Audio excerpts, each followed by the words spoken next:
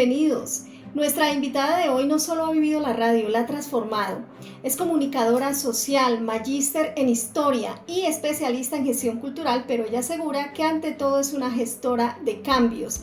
Les hablo de Dora Brausín Pulido, quien durante más de 2 décadas ha liderado proyectos y equipos para rescatar la memoria sonora de nuestro país y ha logrado maximizar la participación ciudadana fortaleciendo lo público. También ha compartido sus experiencias en investigaciones en países como México, Ecuador y Perú. Hace algunos años lideró la Bienal de Radio en Colombia, que es el evento más importante de radiodifusión en el mundo. Su trabajo ha extendido lazos entre el pasado y el presente, desde universidades, en RTBC, que es la radio y televisión pública de Colombia, y desde algunos archivos y bibliotecas que ahora están más vivos que nunca gracias a su visión.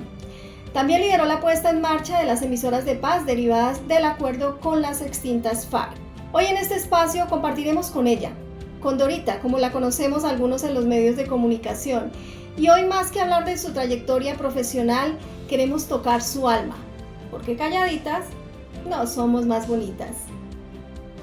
Dorita, un abrazo, ¿cómo estás?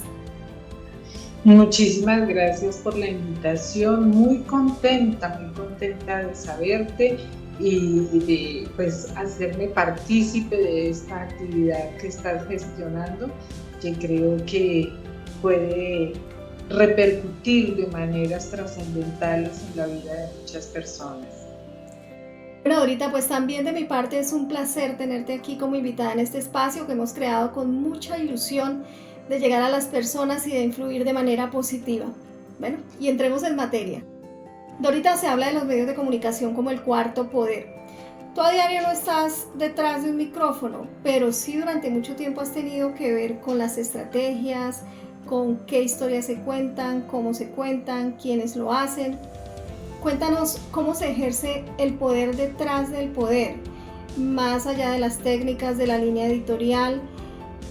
¿Esto tiene que ver algo, quizá, un tema más profundo, tiene que ver con intuición?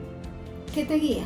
Yo creo que me guían varias cosas. Uno, los ancestros, ¿no? Soy de una zona rural. En la zona rural la comunicación lo es todo, porque las distancias geográficas en el campo demandan que cuando tú das un mensaje sea asertivo, porque pues no vas a tener otra oportunidad de poderlo enviar. La radio es protagonista en las zonas rurales, por ejemplo, y la oralidad es la forma de navegar en las zonas rurales. Pero la otra cosa muy importante, creo yo, es el compromiso. Tenemos unas necesidades muy grandes en nuestro país, problemas que a veces parecieran simples y problemas también muy complejos que en realidad se pueden resolver desde la perspectiva de la comunicación. La posibilidad que desde un medio que uno tenga, por ejemplo como este que tú estás desarrollando, se convierta en un punto de encuentro donde, por ejemplo, mi experiencia le puede servir a otra persona o otra persona puede entrar a dialogar con esta experiencia, etc. Eso es muy valioso. Como seres humanos necesitamos vernos reflejados en el otro o vernos diferenciados del otro, pero es la forma de enriquecernos que tenemos nosotros como personas, y eso genera compromiso, y entonces el compromiso es otro elemento orientador.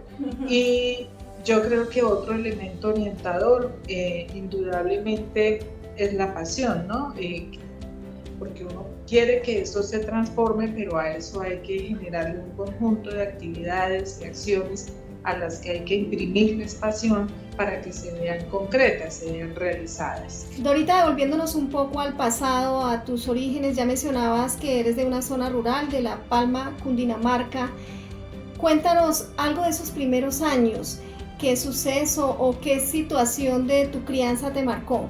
Pues yo creo que la ruralidad en sí, el campo en sí, marca la vida de cualquier niño, porque el campo te proporciona un sentido de libertad, una noción muy diferente con el espacio.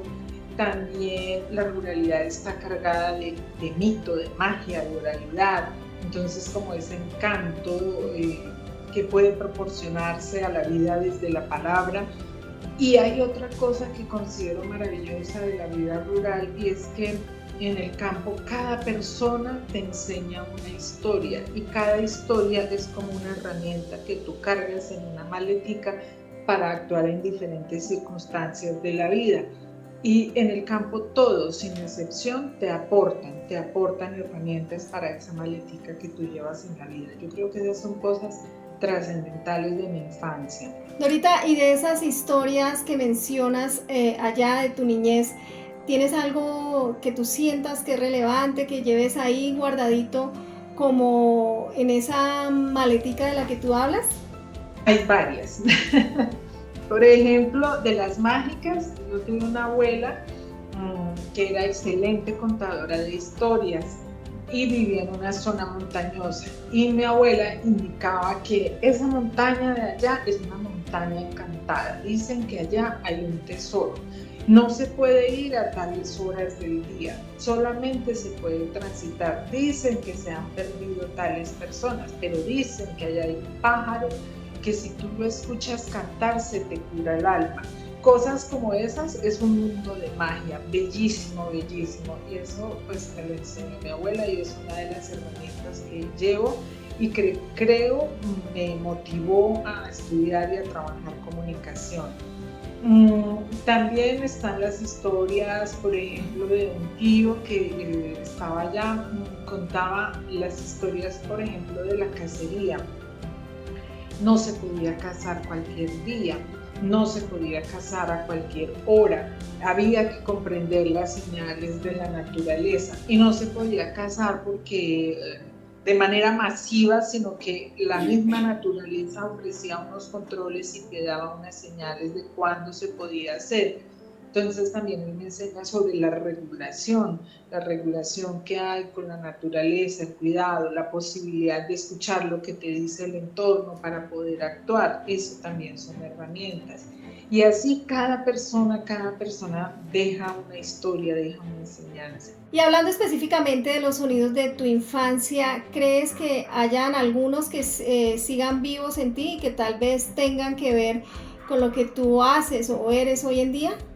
Uy, yo creo que hay uno súper trascendental en mi vida, y era, allá había una emisora local, en esa época se llamaba Radio Unión, tenía un eslogan que era Radio Unión, une a la región.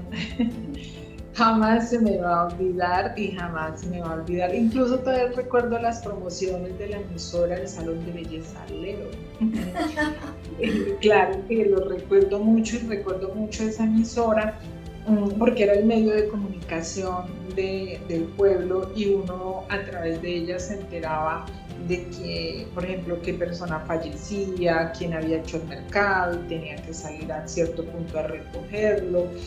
Pero también fue una herramienta que nos integró como comunidad. Entonces, por ejemplo, a través de la emisora se hacía el curso para la confirmación o la primera comunión, se conectaba uno con la vida del municipio, sabía uno quién se enamoraba porque había las dedicaciones musicales. ¿Ah, sí? ¿Hacían dedicaciones públicas? Hacían las dedicaciones públicas, y el día de mercado, que era un domingo, si tú ibas había fila en la emisora porque para la gente pagar las dedicaciones que se iban a escuchar a lo largo de la semana.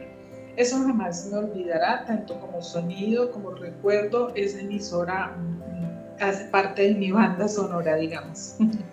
Ya pasando a una siguiente etapa, ya hablando de la adolescencia, ¿hay alguna situación que haya sido, así haya sido algo muy vano, muy simple, que te hubiese mostrado quién podrías llegar a ser hoy en día? Es decir, quién podrías ser como adulta, o que te haya hecho en ese momento ver el mundo de manera diferente.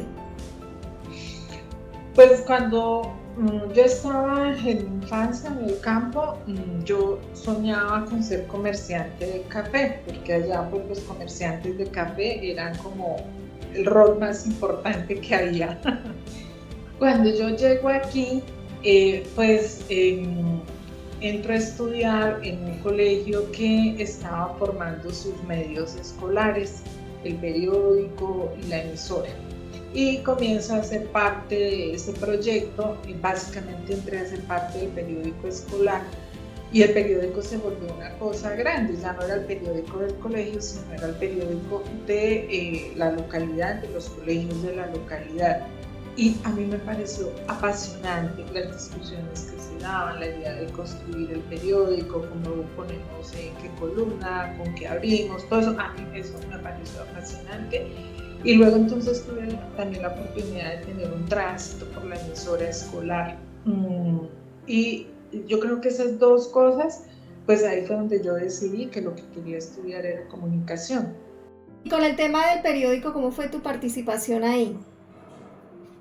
Yo hacía artículos y también fui la directora del periódico escolar. Pero estuvo bien la cosa porque arrancaste de observadora, luego de practicante y bueno, después ya entraste a laborar en el periódico dirigiéndolo. Entonces, es decir que digamos que eso de direccionar procesos se te ha dado desde niña. Una fortuna, una posibilidad que la vida me ha dado y sí, desde pequeña, entonces fui directora del periódico escolar. Ahorita hablando de situaciones específicas, de pronto algo por pequeño que haya sido, que creas tú que también haya marcado tu vida como mujer.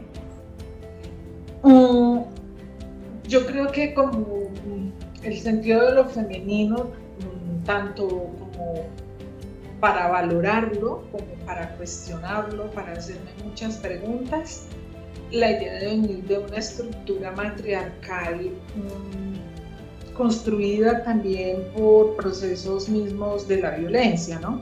Entonces, en la región de La Palma, Cundinamarca, la violencia ha sido muy fuerte. Los hombres históricamente, pues algunos han tenido que desplazarse y muchísimas mujeres tuvieron que asumir los roles de liderazgo y de gestión de sus propias vidas. Entonces, en esta región las mujeres son muy fuertes, las mujeres deciden, las mujeres construyen. Y mi familia materna es por esa línea, entonces de hecho mi familia son 10 tías y un hombre por el lado de la familia materna, y de esas 10 tías, incluida mi mamá, pues ellas eran las que tenían que gestionar todo el trabajo y pues asegurar su manutención y por supuesto también toda su proyección y demás. Y eso pues lo marca uno, ¿no? Lo marca uno. Claro. Entonces, ¿qué es lo que uno hace? Entonces digamos que de alguna forma me han inculcado la idea de ser autosuficiente, de ser responsable, de tomas tus decisiones, eres libre, como ese tipo de cosas. Y pues cargado por todo lo que se da en el entorno cultural, que pues hay momentos en los que uno dice, wow, esto no lo tiene nadie más, es una gran ventaja, pero hay momentos en los que uno dice, esto es más una desventaja que una ventaja, y así sucesivamente. Pero creo que venir de un territorio, de una familia donde las mujeres son protagonistas, sí ha marcado mi vida. Dorita, a propósito de lo que estás hablando, de este tema de la violencia, del empoderamiento femenino, a raíz de estas situaciones que has vivido, para ti el tema de la resiliencia que se está hablando tanto por estos días, de poder decir, es decir, no es nada nuevo, básicamente creciste con situaciones diversas que quizá te obligaron a ser resiliente. Es posible que tengas, digamos, muy arraigada esta característica tal vez a través pues de todas las situaciones que viviste de niña. Yo sí creo, pero creo que es un tema inherente casi que a todos los colombianos, porque somos una cultura que se reinventa de manera constante, se reinventa desde perspectivas prácticas, pero también desde perspectivas simbólicas, y eso demanda resiliencia, indudablemente, y hace parte de lo que nosotros somos como personas. Ahorita hablas del matriarcado en tu familia, que claramente es muy marcado, pero precisamente por eso, por ser tan marcado, ¿qué ha hecho la diferencia? Sabemos que estamos en un país por naturaleza machista. Hace parte de las preguntas que uno se construye, o sea, vengo de un matriarcado construido de manera consciente o porque hay unas conductas patriarcales que no funcionaron de determinada manera y se tuvo que imponer este matriarcado. Entonces eso también va a generar otras cosas, porque de todas formas yo creo que si estoy criada, formada en una cultura con visión de mujer, esa visión de mujer de todas formas tiene unas visiones, unas prácticas muy patriarcales, ¿cierto? Entonces, hay cosas que son muy positivas, como la idea de tú puedes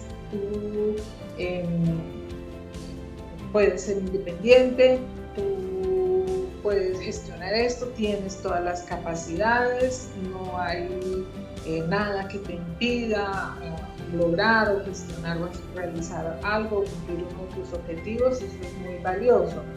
Pero también hay la idea, y particularmente allí, en el contexto en el que me correspondió, la idea de pues que el hombre es un ser especial. Entonces, yo vengo de las familias donde así tengas diferencias, etcétera, siempre se servía la porción más grande para el caballero de la casa, ¿cierto? Para el hombre de la casa. Siempre había una idea de tener un centro hacia el caballero, pero también había una idea muy clara de el control lo tienen las mujeres y los hombres van hasta donde las mujeres quieren, y pues todo eso tiene sus aristas, ¿no? Claro, Dorita. Y hablando de roles, ¿qué te ha enseñado el no tomar algunos caminos que quizás para muchas mujeres son la base? Es decir, algo muy común, como por ejemplo el tema de la maternidad. Pues yo creo que la maternidad es inherente a uno, o sea, yo no tengo hijos, pero tengo un gran sentido materno, tengo un sentido de protección, tengo un sentido de cuidado. No sé, yo ahorita por ejemplo que estoy trabajando con niños, el mensaje que me llega, los niños son sagrados, los niños por encima de todas las cosas. Entonces, así uno no tenga los hijos, cuando tienes ese sentido, la vida te posibilita desarrollarlo desde otras instancias. Entonces, digamos que nutres esa necesidad desde, por ejemplo, en mi caso, hoy trabajo con niños, o en mis trabajos tiendo a ser protectora o tiendo a ser cuidadora, porque eso va conmigo, eso hace parte de mí. Que no lo reflejo con mis hijitos, pero pues para empezar tengo 4 perros, ¿no? Entonces, a falta de unos son 4. A falta de unos son 4, los protejo, los cuido, y los considero unos seres, son como niños, o sea, los perros son como niños, entonces los considero seres especiales, pero también en otros vínculos, en otras relaciones, eso pues es inherente de mi ser.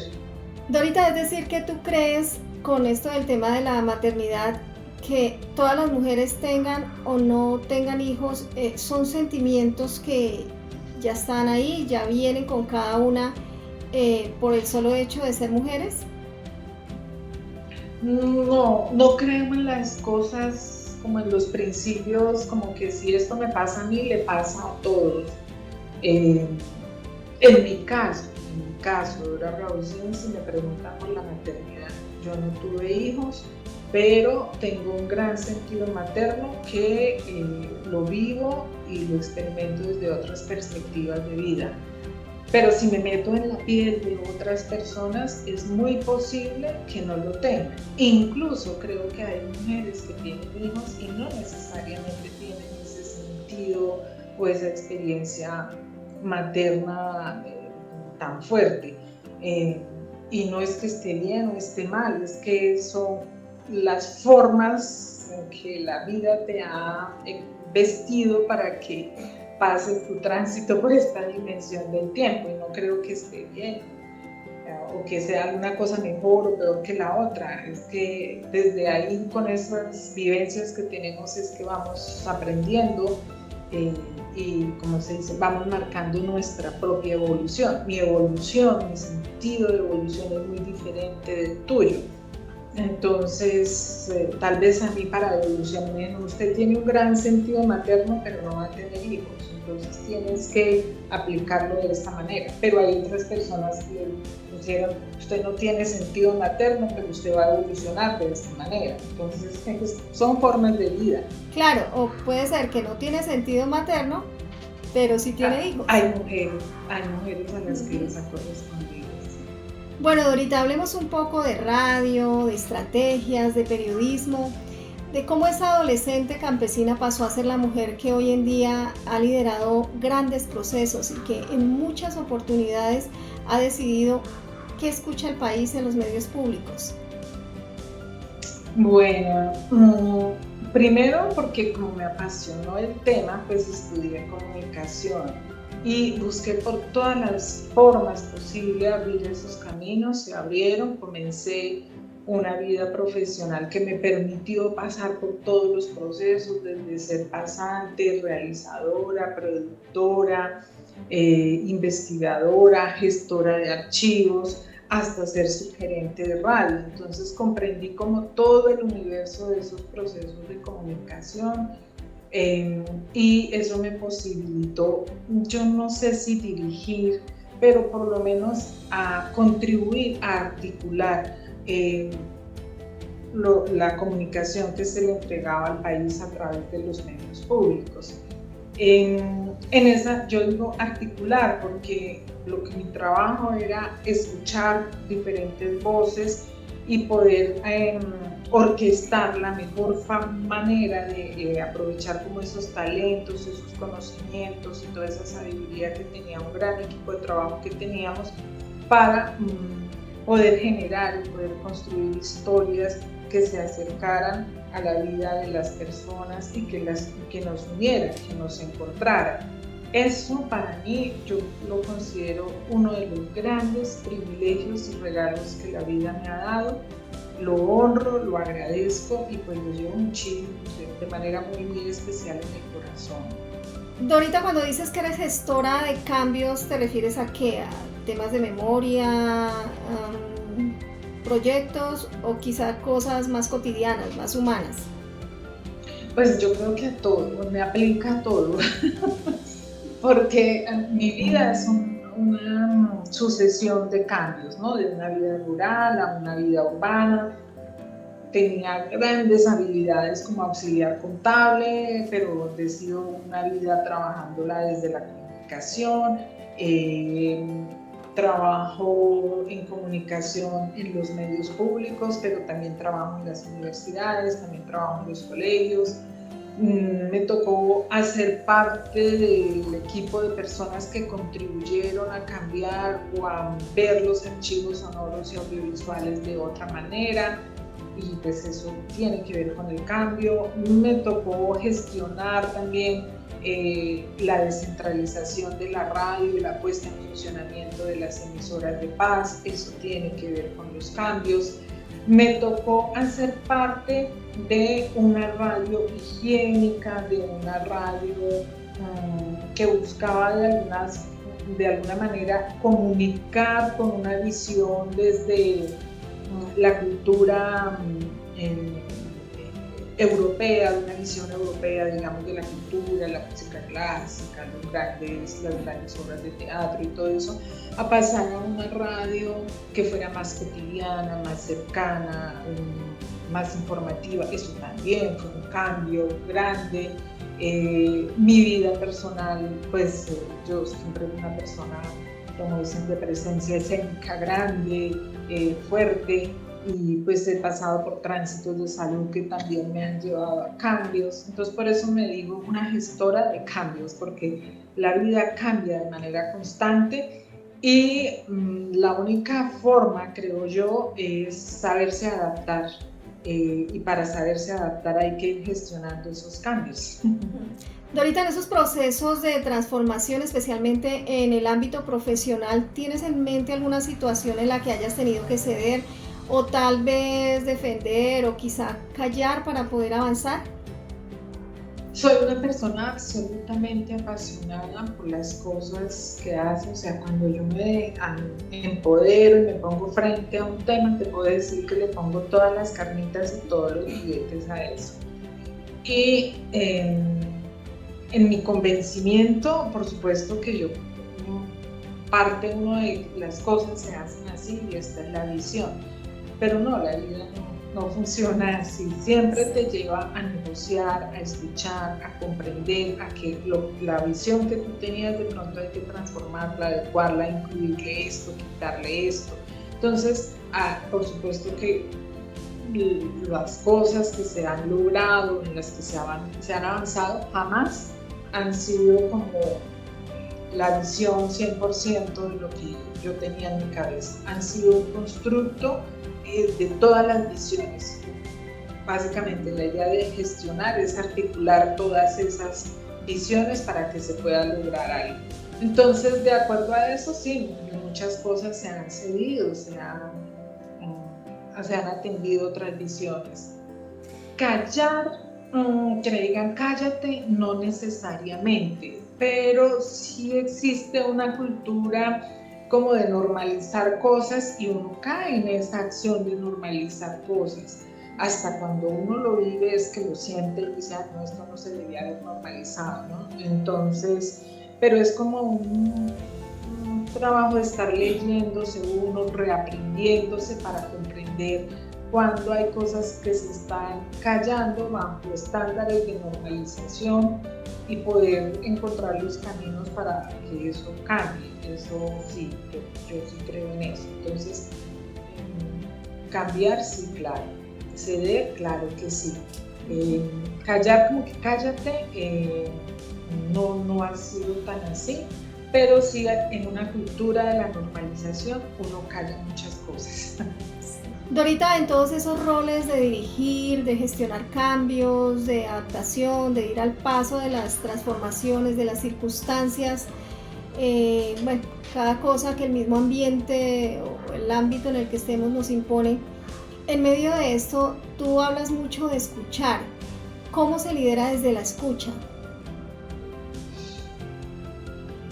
La escucha tiene varias partes, no es solo parar el oído, también es ver, también es sentir, también es percibir, también es intuir, también es comprender el momento histórico, la situación humana, para poder llegar a una acción que realmente conecte. Y hay que tener el corazón puesto en la intención de conectar, de servir. En estos días me encontraba con alguien que me decía que en su profesión le pedían centrarse en el objeto más que en la persona. Y yo, pues estamos mal. Gravísimo. No puede haber nada en esta vida que no transite si no es en función de otro ser, persona, animal, planta, la vida fluyendo como tal. Entonces, la escucha es como un conjunto de elementos que te facilitan conectar con el otro, comprender ese momento, esa realidad, esa necesidad y desde la comunicación poder generar una propuesta. Dorita, siempre se habla en el periodismo como un acto de servicio. Es algo que todo el tiempo lo estamos diciendo, pero ¿cómo se nutre esa convicción cuando se está bajo presión con el tema de la inmediatez? También los egos de las personas que trabajan en los medios de comunicación. Ante todo, por ejemplo, en los momentos de mayor efervescencia y calor es cuando más humildad hay que tener. La humildad nos da cabeza fría y nos permite realmente servir. Por ejemplo, cuando hemos tenido situaciones, por ejemplo, el tema del río que se desbordó en Putumayo, tragedias que tienen que ver con temblores, diferentes situaciones, ¿cuál ego? ¿Cuál orgullo? ¿Cuál nada? Estás para servir, para comunicar, para hacer que la gente se encuentre, eso es fundamental. Y lo mismo en el día a día. Si nosotros comunicamos desde mi yo, desde mi ego, espanto a la gente. Eso sí te lo firmo en notaría pública. La única forma de comunicar es siendo auténticos, es abriendo el corazón, es abriéndonos nosotros como individuos, como comunicadores, como profesionales, al otro para poder ser un canal donde llegue una información que sirva. Bueno, Dorita, y si quisiéramos como mencionar unas pautas, por llamarlo de alguna manera, para humanizar los diálogos, los roles desde el mundo empresarial, ¿qué crees tú que deberíamos empezar a hacer? Yo creo que es un error en la vida casarse con cualquier idea o premisa de que se tiene que las cosas funcionan de X o Y manera. Siempre todo puede ser diferente y nunca tenemos el conocimiento de nada. Esto es claro. Y nos movilizamos muchísimo mejor en la medida en que reconozcamos que no tenemos la gran verdad y que estamos abiertos a desaprender y aprender constantemente. Yo creo que eso también nos marca. Segundo, vivir. La vida todo el tiempo le marca a uno esos momentos de humildad. Entonces, en la medida en que tú estás haciendo, estás trabajando, pasan X cosas, cantidad de situaciones que te bajan del ego, te marcan una distancia. Ser conscientes que entre más nos presentemos al mundo con nuestro ego y trabajemos con nuestro ego, más vamos a sufrir, porque es una gran farsa, es una gran mentira y nos genera apegos y nos hace doler el alma. Entonces, como que si somos más libres, más sueltos, más abiertos, profesionalmente nos podemos mover mucho mejor, pero también vamos a sufrir menos, vamos a tener menos cargas en la vida. Mayor desprendimiento y en definitiva más abiertos. Sí, claro que sí. Es como, el ego es un montón de cargas simbólicas que uno lleva y que uno considera, es como cuando tiene la casa llena de cosas que no voto esto porque me lo recuerda tal o tal persona o porque de pronto esto me va a servir o etcétera, y un día te das cuenta que en tu casa no cabe nada más, Dios mío, pero vas a sacar algo y no, te da un dolor, una crisis existencial. No, mejor desde ya preparémonos, vamos con pocas cosas, un viaje liviano, no acumulemos tantas cosas y así la vida fluye mejor. En ese sentido, ¿del ego se puede sacar algo positivo o definitivamente no? Es una alerta, claro que sí, el ego nos sirve.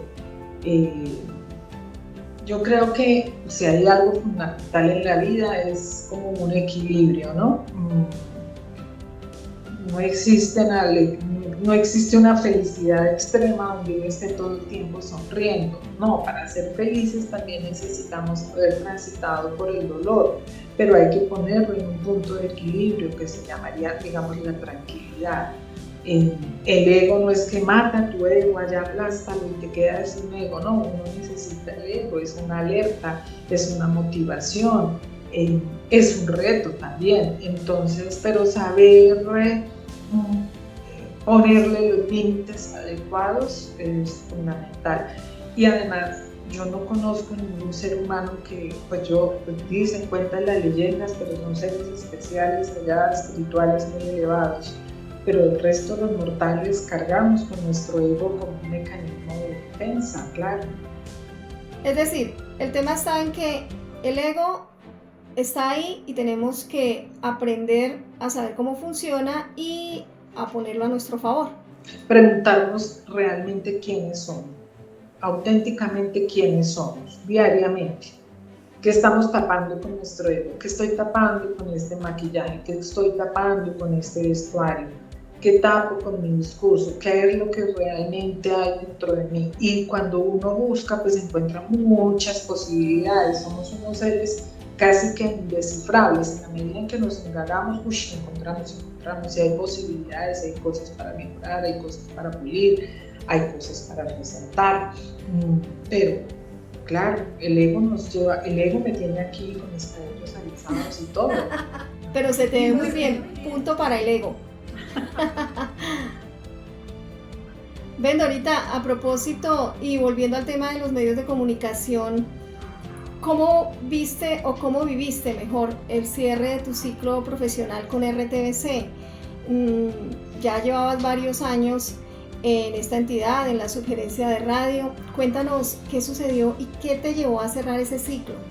Bueno, me llevaron causas externas a cerrar el ciclo, me pidieron la renuncia. ¿Ah, sí? Sí, claro que sí.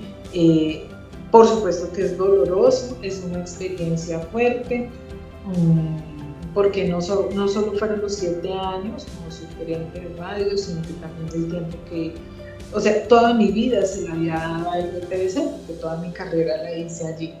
Entonces, pues, cerrar RTBC es un capítulo altamente relevante en mi vida, pero con el que me siento muy agradecida. Una trayectoria, son 28 años, 25 años de mi vida, donde aprendí, conocí gente, donde tuve la posibilidad de desenvolverme en diferentes roles.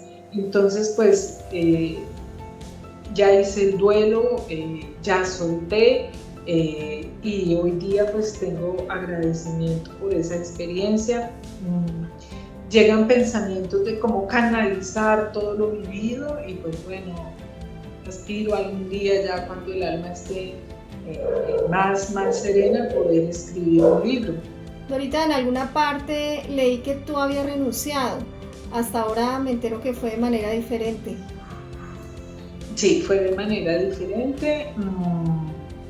Había un contexto que estaba, donde yo no estaba de acuerdo con varias cosas. Uno de esos era la contratación de algunas personas, no por las personas, nunca he tenido nunca nada en contra de las personas, pero por qué rol van a hacer, qué es lo que van a hacer y qué van a aportar. Entonces ahí tenía diferencias, eso fue notorio y pues eso motivó a que me pidieran la carta y pues me retiré. Dorita, ¿y qué concepto tienes de la radio pública que se está haciendo en este momento en el país? No la comparto, no comparto esa visión de la radio pública. ¿Piensas que debería mejorar o qué está mal? ¿O quizá crees que se ha retrocedido en el trabajo que se venía realizando? Yo pienso que sí. Si a mí me preguntan, sí, pienso que se ha retrocedido. Creo que la radio pública es un espacio sagrado de encuentro de todos los colombianos, de todos los ciudadanos de un territorio.